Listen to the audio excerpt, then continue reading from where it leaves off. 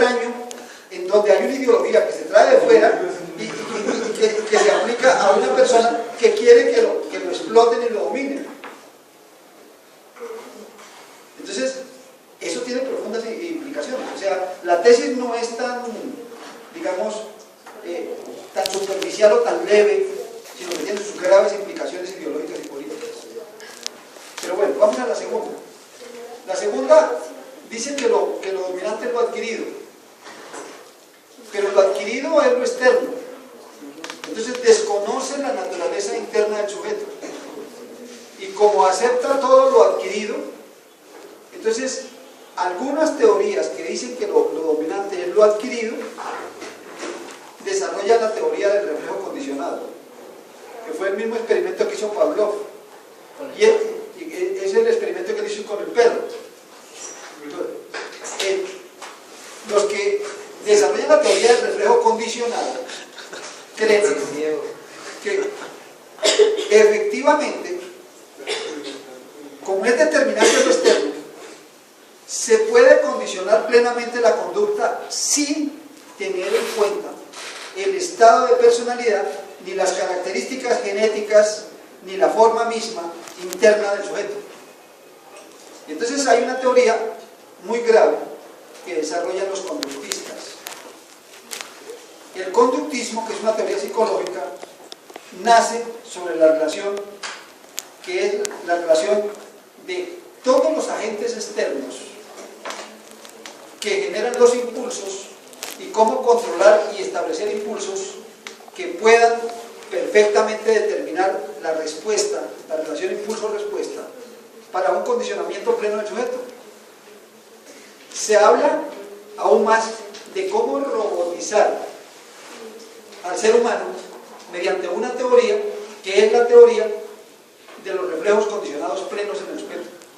Esa teoría de los reflejos condicionados llevaría a la robotización total de la humanidad, y aún más, los conductistas plantean la máquina de enseñar y la máquina de aprender, y organizar al sujeto como una máquina de aprender y una máquina perfectamente diseñada para controlar todos sus instintos, sus impulsos, sus apetitos, y someterlos al mundo del reflejo condicional. O sea, completar lo que había iniciado Pavlov con el perro, pero aplicado al ser humano. Hay una película magnífica que plantea claramente ese problema y se llama La Naranja Mecánica. En La Naranja Mecánica, el problema es la situación que es muy frecuente de un violador. Y entonces el tratamiento de los psicólogos al violador es llevarlo a una situación donde él aborrezca y se crea una crisis frente a la violación con las cosas que a él más le gustan. Pues, ¿a él qué es lo que más le gusta? La novena sinfonía de Beethoven, la música. Y entonces lo someten a un experimento sin dejarlo dormir, donde le hacen ver las escenas de violación y le tienen que reemplazar en el cerebro y le colocan al mismo tiempo la novena sinfonía de Beethoven. Y entonces él asocia lo que le gusta con la violación y entra en una crisis sin dejarlo dormir. El objetivo es llevarlo a que él renuncie a la violación, pero renuncie a lo que más le gusta también, a la música y a todos los impulsos gratificantes.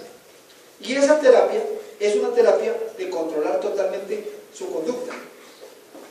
Otros dicen la terapia sería la castración química. Definitivamente pues no se puede hacer nada. O otros hablan de una cosa que se llama la lobotomía. ¿Qué es la lobotomía?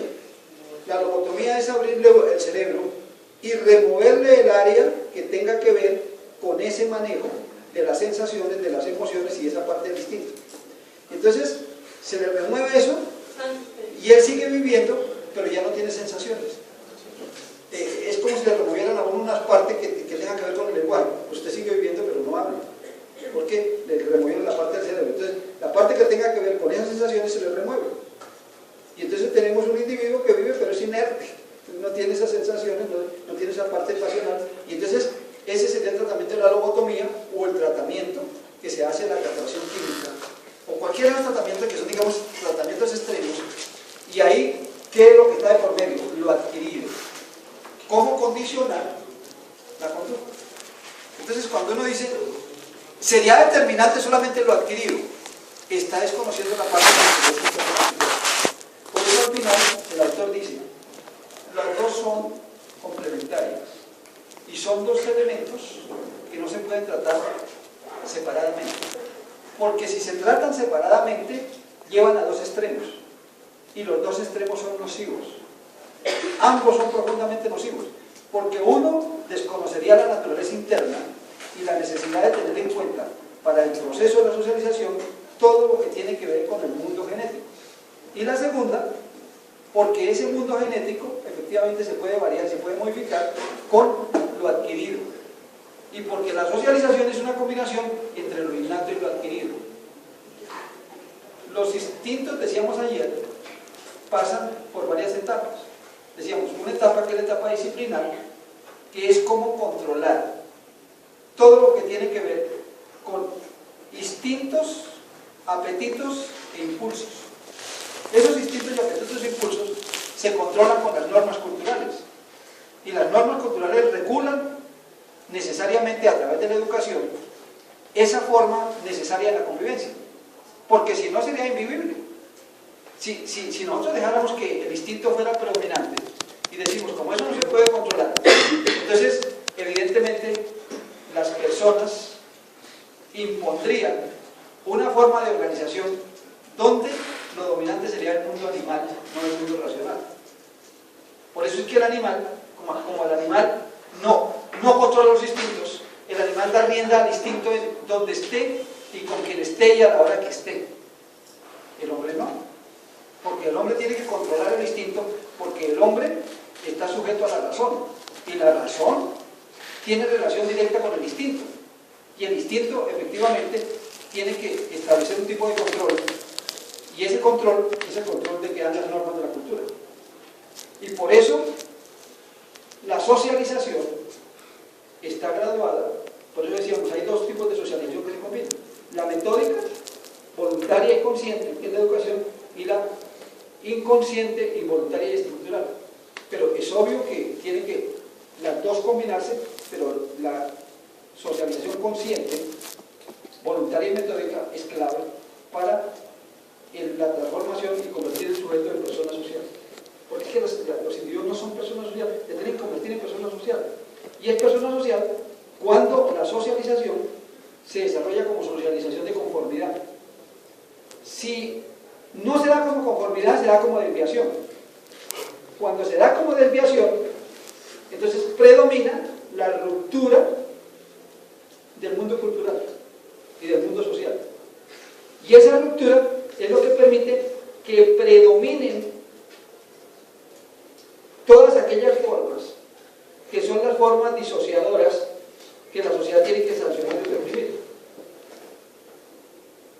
Si la sociedad, por ejemplo, no reprimiera el incesto, si la sociedad no reprimiera, por ejemplo, la drogadicción,